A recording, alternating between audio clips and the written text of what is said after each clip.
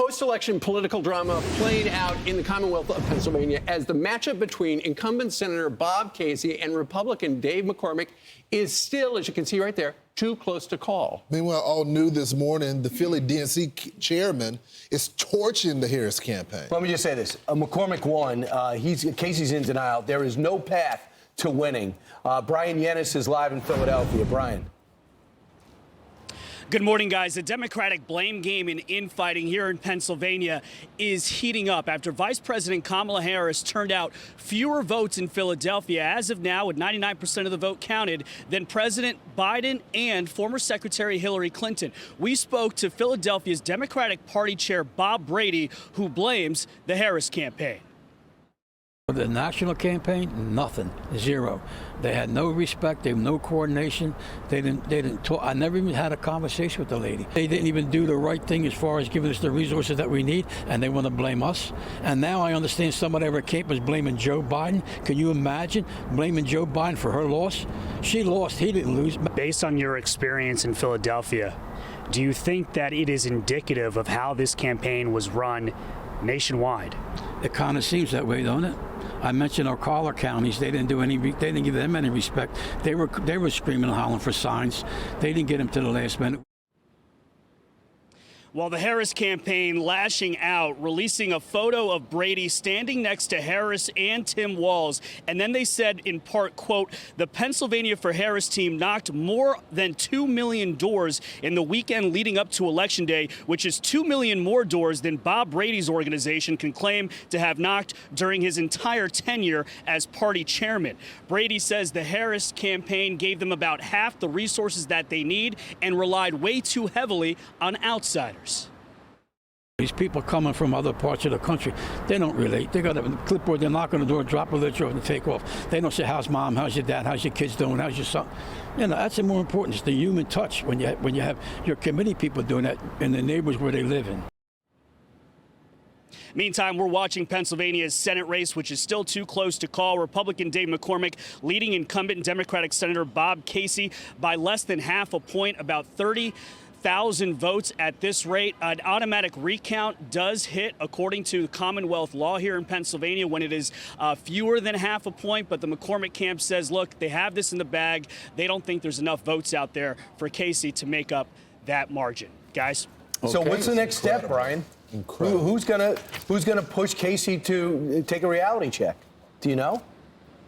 Yeah, well, I don't know. Look, the Casey campaign says that there are enough provisional ballots out there. And I don't know. I mean, at this point, they're going to hold on here. The recount, if it happens, it has to happen, I think, by the third week, 3 weeks from now. And we'll see. But McCormick, remember, McCormick and Oz had a recount in their primary a few years ago, and that vote total maybe moved a couple dozen votes. So, yeah. All right, but the key is it's the provisional votes which have not yet been counted, and that could tip it one way or the other. Exactly. All right, Bryan, thank you very much. Bryan, earlier you mentioned Bernie Sanders. He took to X yesterday to essentially blow up the Democratic Party, and he said, among other things, it should come as no great surprise that a Democratic Party, by the way, he is not a Democrat, he's an independent, which has abandoned working class people, would find that the working class has abandoned them. First, it was the white working class. Now it's the Latino and black workers as well. While the Democratic leadership defends the status quo, the American people are angry and want change, and they are right. And you know what? Bernie Sanders is actually right on that. Of course he's right, and I feel like we moved too fast when it came to the Philly guy because he had a couple points there. He said, we invited all these outsiders out here to essentially be relatable to average day working people. He goes, no one respects them. No one cares what they say. And there's this new talking point that I keep hearing on TV saying, well, the college-educated people voted for Kamala Harris. Excuse me? So you're speaking down to, because you have a degree, by the way, that you want all of us to pay for now, the people that didn't go to college for, you think that you're smarter. That did not work so well. I love the term they use, uneducated. It's not uneducated. It is high school educated. You got a degree. They don't have They act like they're sitting there in their house ironing all day. Uneducated. What is wrong with you?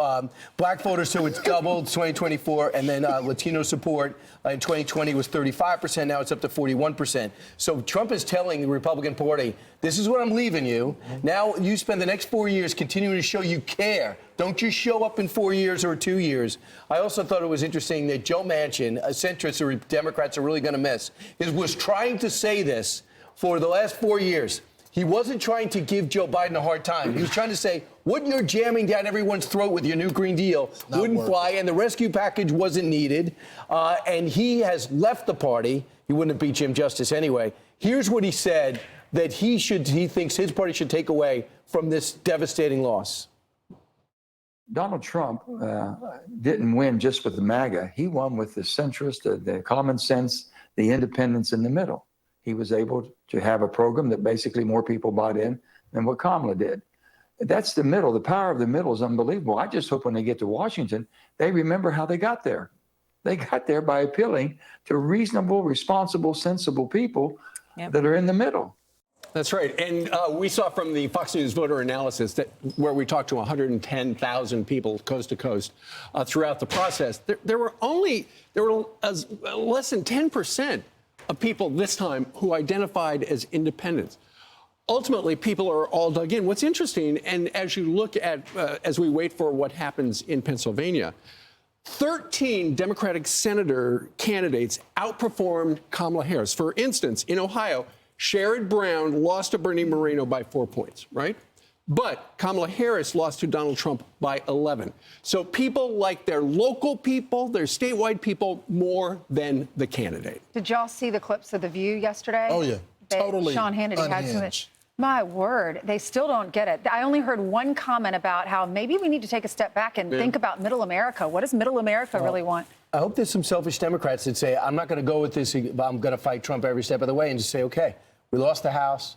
It looks like we didn't flip the House. We flipped the Senate. The Senate got flipped on us, and then you got the White House an overwhelming victory.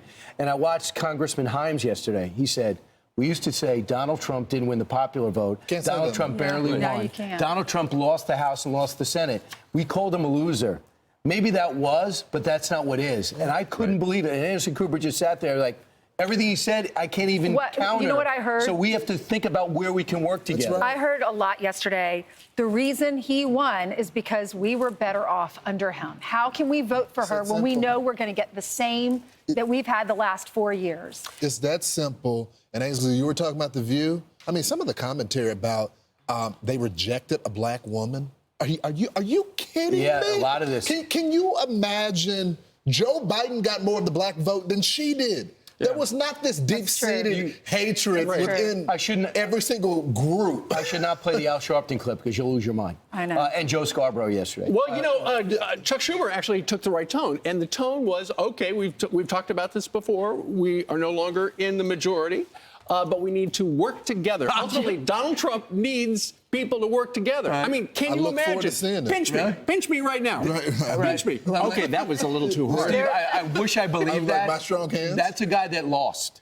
And that's the same guy that was going to, we had bipartisan immigration reform, and the filibuster's now gone. Brian, but now he's lost. We send him to Washington to get something done. Let's hope they do it. Without the Republicans, it looks like have unified government, How many memes did y'all get yesterday of Donald Trump getting the McDonald's food, taking out the MC, Donald's? She was working. Yeah, Chuck Schumer's 80 years old. I don't know if he's going to change his spot. I'm Steve Ducey. I'm Brian Kilmeade. And I'm Ainsley Earhart. And click here to subscribe to the Fox News YouTube page to catch our hottest interviews and most compelling analysis.